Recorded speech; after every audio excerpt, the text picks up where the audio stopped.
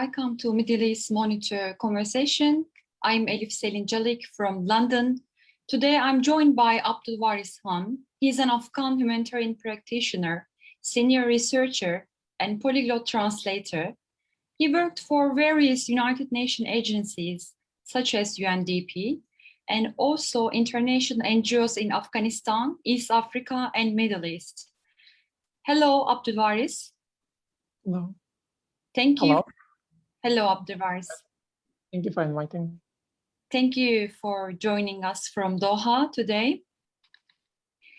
I came across your works and analysis on Afghan peace process, and you have deep knowledge on Afghan peace process, of course. Undeniably, 20 years of conflict in Afghanistan and NATO's 20-year military mission in Afghanistan has all but ended. So I think the biggest question is what Afghan's future looks like now foreign troops are withdrawing. First of all, hello to everyone and to the viewers and to the readers and listeners. After the announcement of complete withdrawal from Afghanistan by Biden administration, there comes a clarity of position for the Afghan government, which was not clear along the process of 2 years, that the Americans started directly negotiating with Taliban. Then the Afghan government has to rethink its security strategies to combat Taliban and other insurgents existed in Afghanistan. Definitely, the agreement between the Taliban and the America give kind of belief for the Taliban that if the negotiation didn't go the way they planned to, they already mentioned also many channels that they have a plan B, which is a takeover by force. And in realities, the Afghans were expecting stability and after the US withdrawal, because there is no means and no logic left for the Taliban to continue fighting in Afghanistan after the international troops leave. But on the contrary, the Taliban increased their attacks on Afghan security forces, and as a result, some districts were fallen to the Taliban. But that was also planned by the government to reallocate its resources after the withdrawal of all the international troops to strategic locations. Some locations had no strategic advantage for the Afghan government. And they were basically there to contain the militants from attacking the international troops existed in far countrysides of Afghanistan. And then the military success for the Taliban was not last for longer. The Afghan government retake most of the districts again. But the future of Afghanistan depends on the cooperation between the international community and the support that they should provide for the Afghan government and Afghan National Security and Defense Forces, which they are fighting on behalf of the international international community for countering terrorism. The international community all together were fighting in Afghanistan, and now Afghanistan is left alone. We have security forces which can stand against the Taliban and other terrorist groups, transnational terrorist groups that are fighting alongside Taliban or in some cases against Taliban. But the Afghan security forces and the Afghan governments expect from the American mainly and from the NATO and other regional countries to support the Afghan government and provide them military and financial support. Then in that way they can ensure the gains of the past 2 decades, and also to push Taliban to agree to political settlement. Abdul Waris, you mentioned about stability and international community.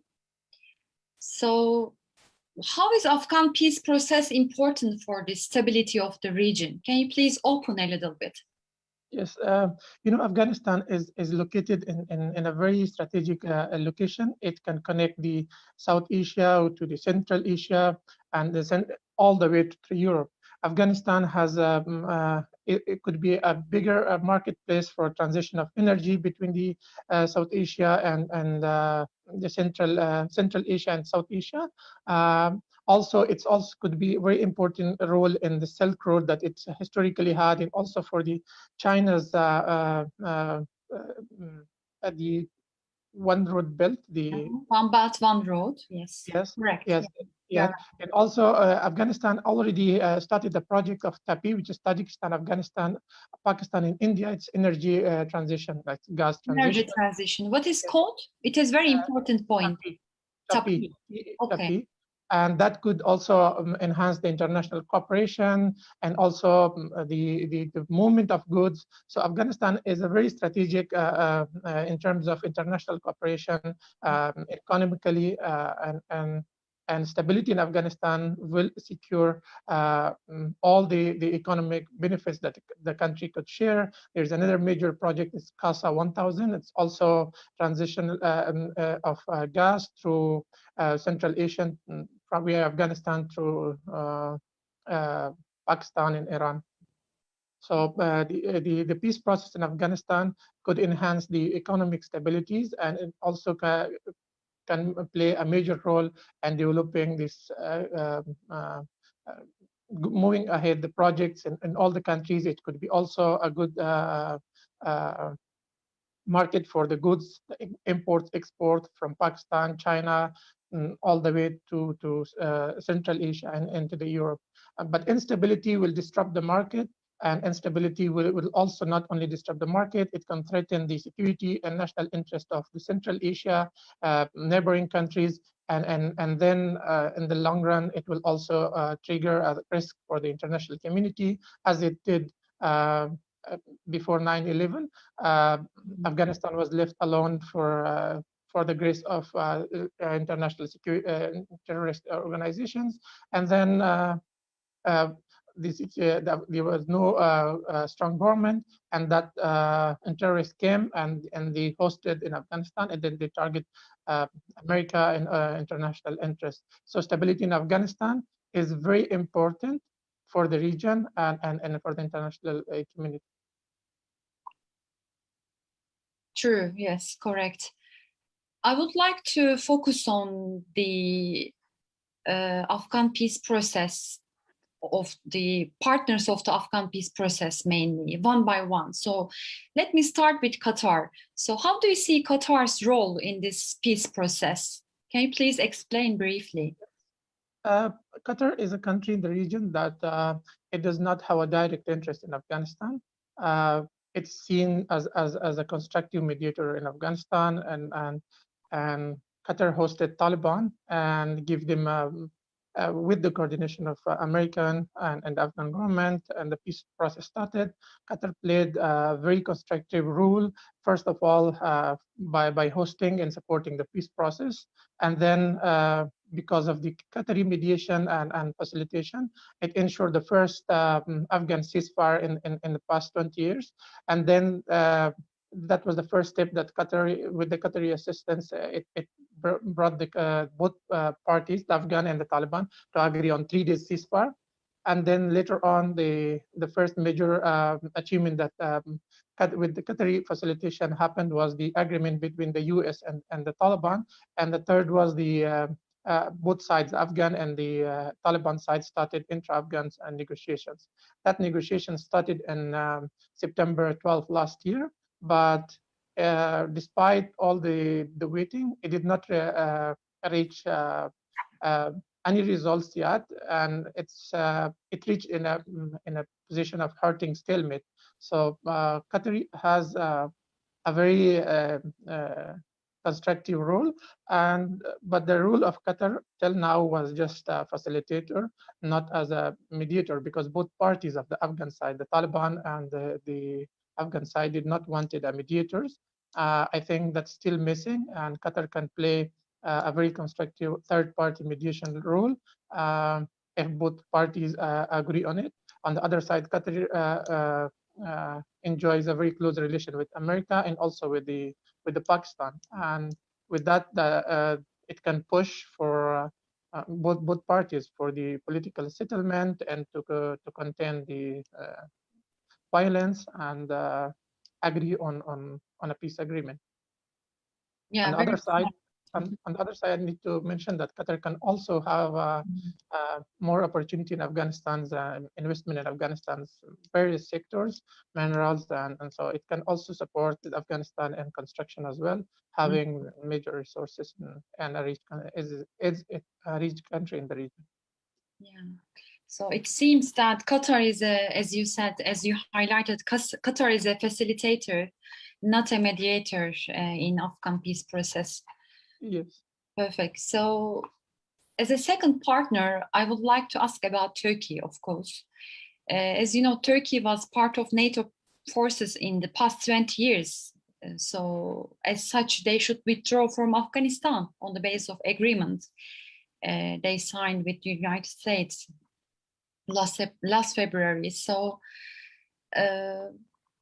can Turkey stay in Afghanistan unless Taliban agrees on it? Because Taliban, last week, Taliban said Turkey should withdraw from Afghanistan. So I would like to repeat my question. Can Turkey stay in Afghanistan unless Taliban agrees on it? What's your point? My point is that Afghanistan and Turkey enjoys 100 years of very friendly relation, and we have historic relation beyond economic and political. And the relation is very strong, and the unique relation in the past 20 years between the US and Turkey and Afghan government was that Turkey came to Afghanistan and under the NATO forces, and its role was mainly in construction, in working with NGO, supporting education and cultural in the cultural aspects in Afghanistan. But when based on withdrawal, that all the agreement between Taliban and the US, the Taliban expects that all the Turks forces should withdraw, otherwise they would attack. But on the other hand, the Afghan government is welcoming the support that it's would be providing for the Afghan security. It's already in the past 20 years, Turkey trained Afghan police, and it gives a military scholarship for the Afghans and also educational scholarship for the Afghans. Yeah, For the current position of Turkey in Afghanistan is majorly welcomed by Afghans, but it's also internationally, its role is believed to be to build the relation with the Washington, to regain stronger partnership with them and to prove itself as a stronger player in the region. Taliban also did not attack the Turkish forces in the 20 years. I think they attacked once or maybe twice, but then they are also sees the Turkish role more favoring in support of the Uzbek minorities, the former Vice President Dostum's forces. And for that, Turkey, it's up to Turkey when staying in Afghanistan, like how to manage the relation between the Taliban and the Afghan government in order not to be attacked. But the reality is, if Turkey wants a role, it should support the legitimate side of the Afghan government without being hesitant to be targeted. If you are supporting security forces, for sure there will be risk affiliated with that. And more constructive rule would be to push the Taliban side for the peace settlement, because Turkey has a very close relation with Pakistan, and it has a very close relationship with Qatar. This triangle could really push Taliban for a peace settlement. So that would give Turkey a better rule, and also for the future of Afghanistan, it will be also a very good and constructive role. But only coming to like standing in one side would have a risk for them. Providing security will come at, for the Kabul International Airport, would come with the risk of Taliban being attacked, because Taliban so far did not show the intention for peace. They just wants to take over by power. Otherwise, if they really want a peace agreement, the Afghan negotiating team is already there. They should show a little bit of confessions and give and take. So the role of Turkey is really depending on the how it would deal and how what type of security force support it will provide to Afghan government. There are reports on different news channels that Turkey would send the Syrian mercenaries to Afghanistan. My analysis would be that that is a very sensitive, would be a very sensitive move that could alert many sensitivities, and it could also have a strong response from some of the militant groups, and it will further worse the security in Afghanistan. But if it comes in a form of coordinated support with the Afghan government, that would be constructive for both Afghan government, and the Afghan government is already requesting international community to support its security forces. Yes, you mentioned about some opportunities for Turkey. So nowadays, Turkey and United States, they are negotiating on whether Turkish troops will stay in Kabul to guard the international airport. So do you think will Turkey take over the security of Afghanistan's main airport? What do you think about this? I think even if Turkey, I suppose the Afghan government welcomed the idea of taking over the security of the Afghan security forces, because Afghan government is busy with the huge task of securing and defending the Afghan territories against not only Taliban, but there are various others, more than 20 and transnational, international security terrorist groups. So the Turkish role for the support of international airport would be also an asset for the Afghan security forces. It could ensure also the movement of the goods and the assistance coming from in and out from Afghanistan.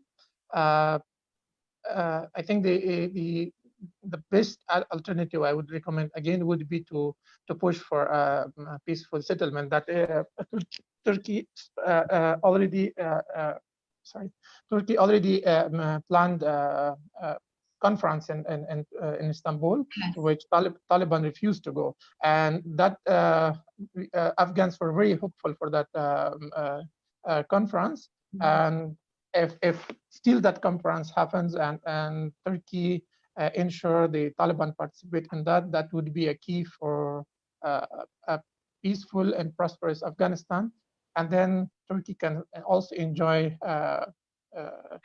relationship with Afghanistan economically and politically and culturally.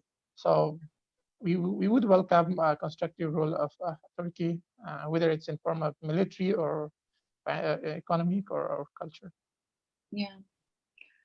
Do you think Taliban is gaining ground of rejecting Turkey's invitation because the Taliban is recapturing the areas? What do you think about this? And also, secondly, as I told you before, the Taliban is recapturing the areas in Afghanistan. So is this a reversal of freedoms gained in Afghanistan?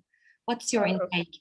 Yes, on the ground, if you talk to Afghans, yes, because the Afghan security forces reallocated its resources in the far country districts, and Taliban regained most control of most of the districts, but they could not provide services to them. They could not even contain their presence there more than like they could not stay more than 2 or 3 days. And the Afghan security forces went after them and recaptured them. But in some districts that they are still there, we are seeing them that they already started cutting the hands of the people,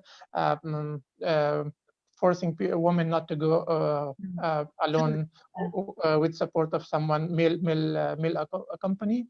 And they also are proving that they are not changed than they were 20 years ago. So the freedom that we are speaking about, the freedom and freedom of speech, they were also punishing people just for Facebook likes or writing something on Facebook.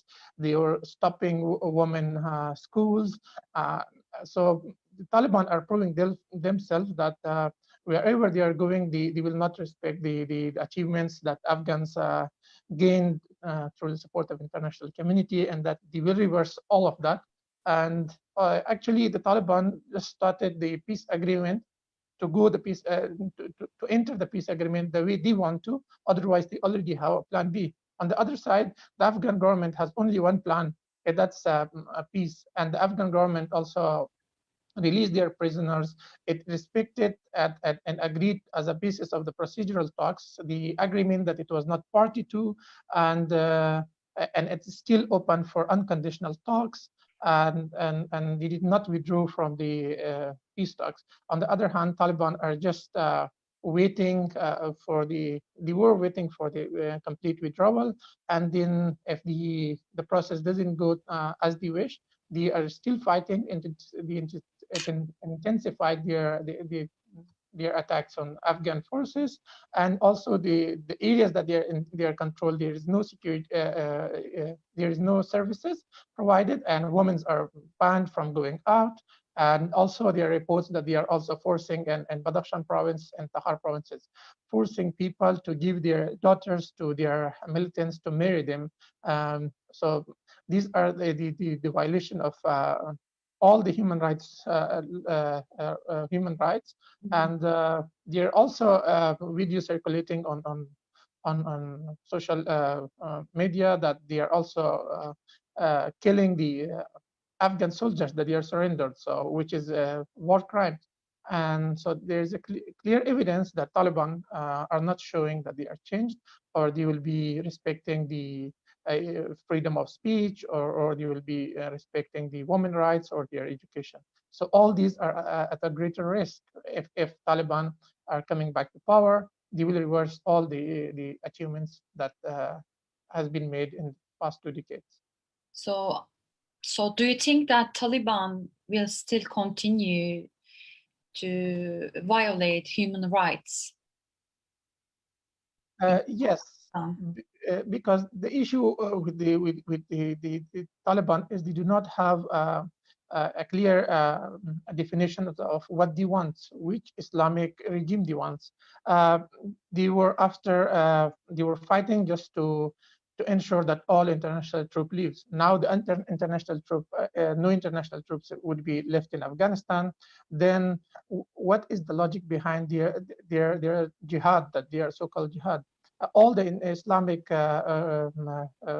centers and Islamic scholars rejected their war as un-Islamic, and they have no basis for their jihad. The only organization that could be still justifying their war is Al-Qaeda, and they are enjoying a strong relationship, and that's confirmed by the United Nations Security Council reports, by the American senators, and also by various other agencies that they are still having. They did not cut their ties with the Al-Qaeda and other international terrorist groups. So for sure, their control would bring Afghanistan back to the era of before 9/11. They would be there is no clarity of position from them. That when they say that we want Islamic regime in Afghanistan, they do not explicitly explain which Islamic regime. They don't even compare it with the regional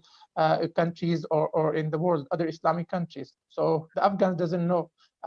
If they don't want their emirates, what new Islamic regime do you want? Do they want their similar emirate that they had, or they would have it similar, let's say, to Jordan or to Indonesia or to Malaysia, or which Islamic system you would want? So there is no clear clarity in their position, and Afghans for sure have all the means, and on the ground they know that what's happening to the Afghans is indication of Taliban's firm stance on their own position, and they are not changed yet. Yeah. So your point is you are saying that Afghanistan first, after withdrawal of the troops, you are saying that you want to highlight that Afghanistan should firstly depict and decide what kind of political system they need, what kind of model, Malaysian model, maybe Turkish model. So still they are suffering about to finding to find their political system, as far as I understood from your point. Yes, the Afghan government giving all the options for the Taliban to come and solve the issue through international law, through the Sharia law, or through the local informal system, which is we call it Jarga. It's a consultative system existed in Afghanistan for many years.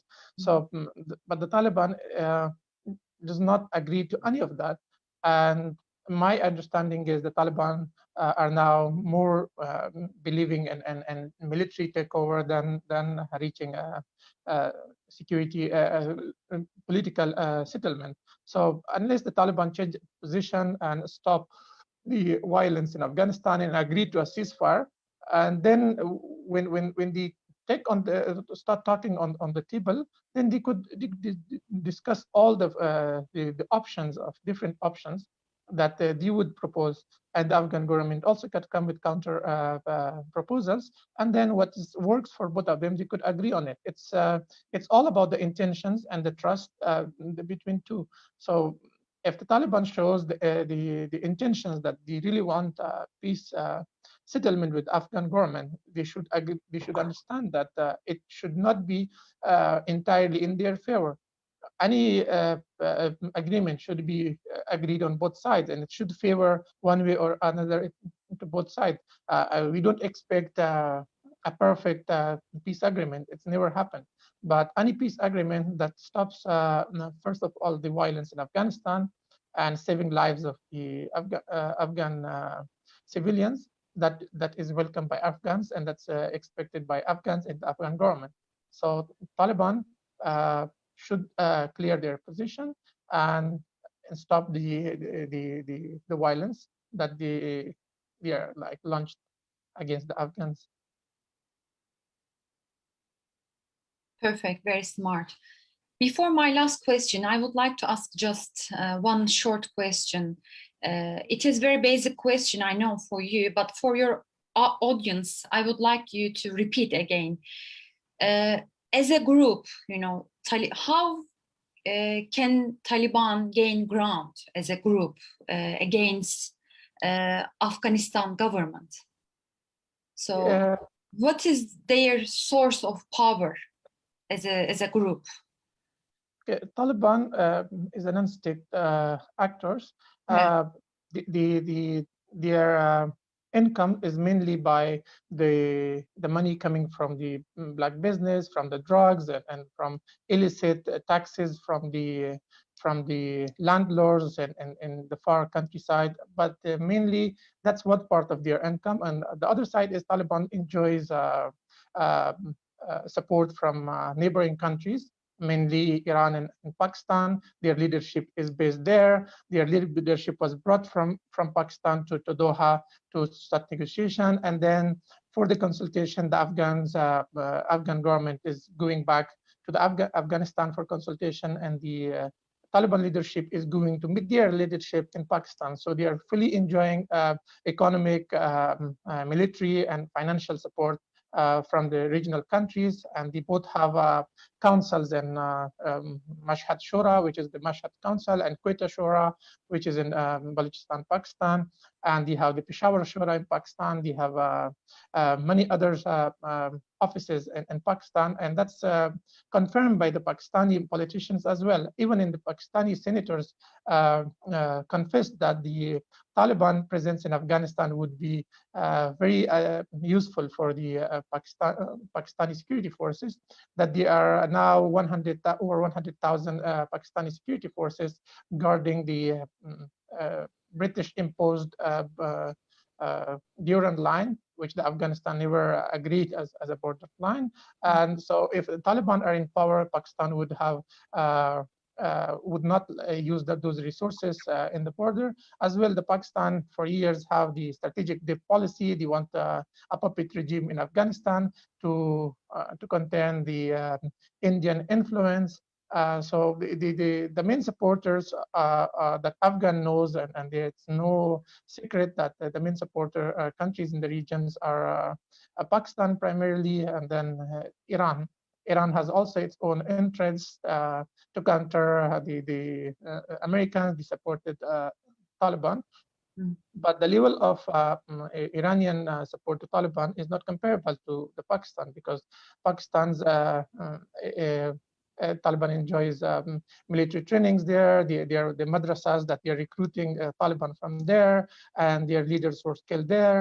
And even Osama bin Laden was killed in Pakistan. So if Taliban are coming to power because they have bases in Pakistan, they are host there, and Pakistan's provided them all the means directly or indirectly for them. And even on the international stage, the Taliban, the Pakistani foreign minister is praising the Taliban and saying they are civilized, or they are newly civilized, new Taliban. But in fact, the reality is the Taliban are not changed, and they are enjoying the Pakistani, especially ISI support.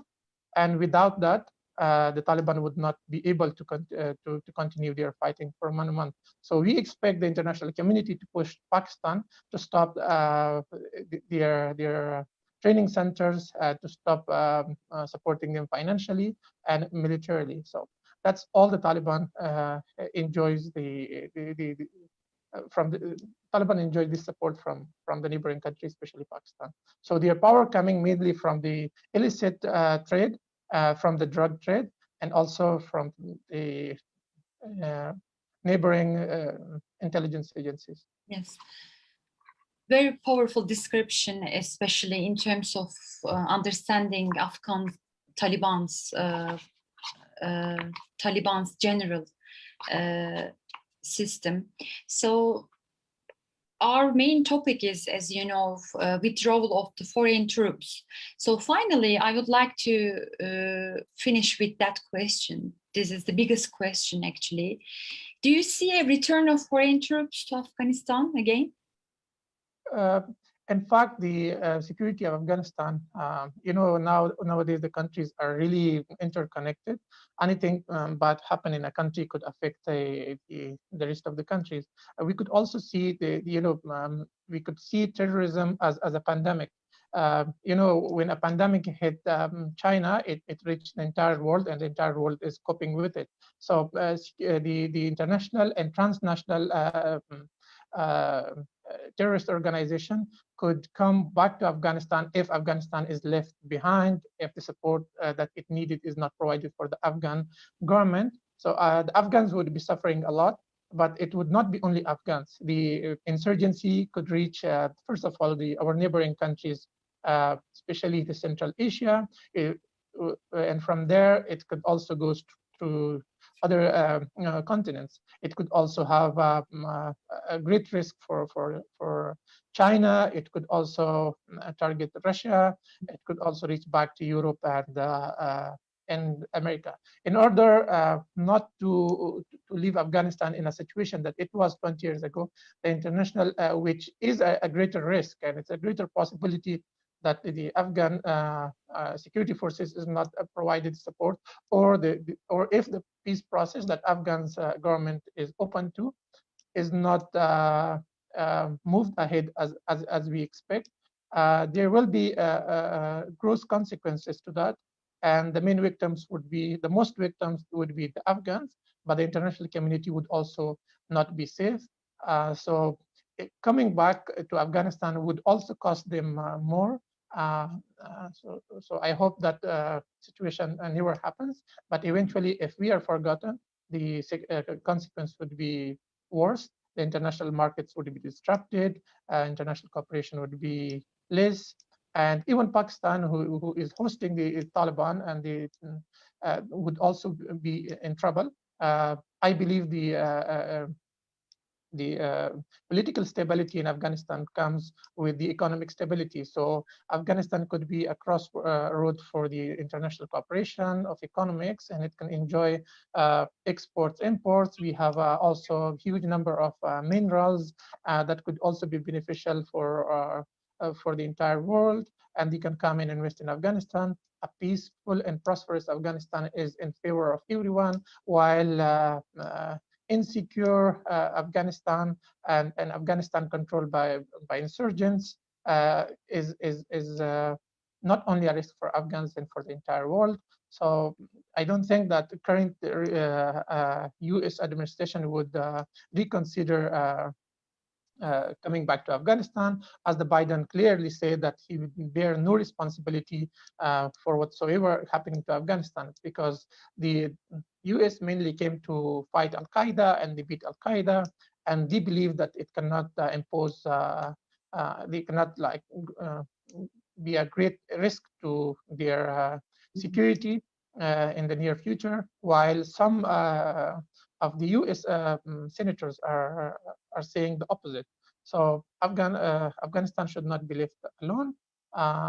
If that Afghanistan falls in the hands of Taliban, there are more terrorist organizations that are would join Taliban, and then that would pose a risk to the world.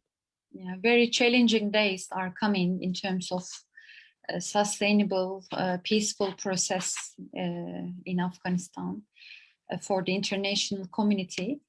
Thank you so much, really, for your time, Abdul Waris, today. He joined me from Doha. He's a senior researcher on Afghan peace process. Today we talk about the withdrawal of NATO troops from the Afghanistan after 20 years.